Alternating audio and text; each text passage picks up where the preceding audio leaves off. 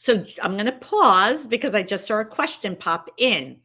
Joe said, if we are in an interview setting with 4 members, how often should we shift eye contact among various panel members? Excellent question, Joe. And I'm going to answer that as if it was in person and on the virtual platform, since you didn't clarify.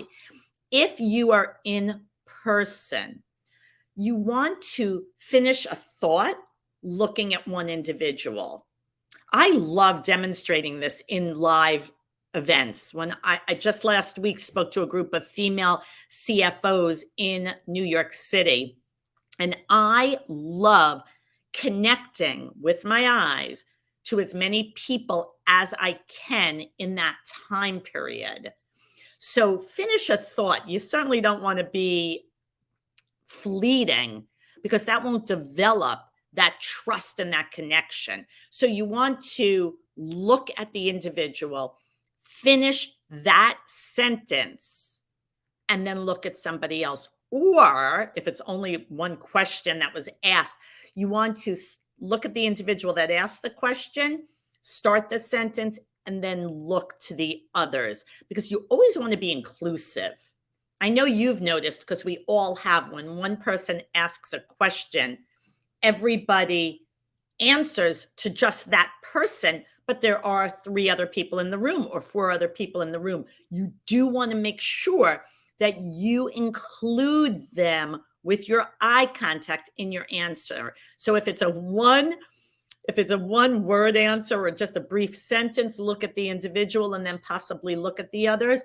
If it's more sentences in that answer, maybe a little more thorough, then yes, move from one person to another. And if it's on the virtual platform, I would put it in a way so that you have everybody on the view. And then, yes, try to look at the individuals in the same way. It does take practice. Everything I always talk about takes practice. And again, not to push my one-to-one training, but that's why we usually do a 10-session program, because everything takes time to make those changes. We're humans. We've been doing things in business the same way. If we want to break those habits and learn new habits, it takes practice.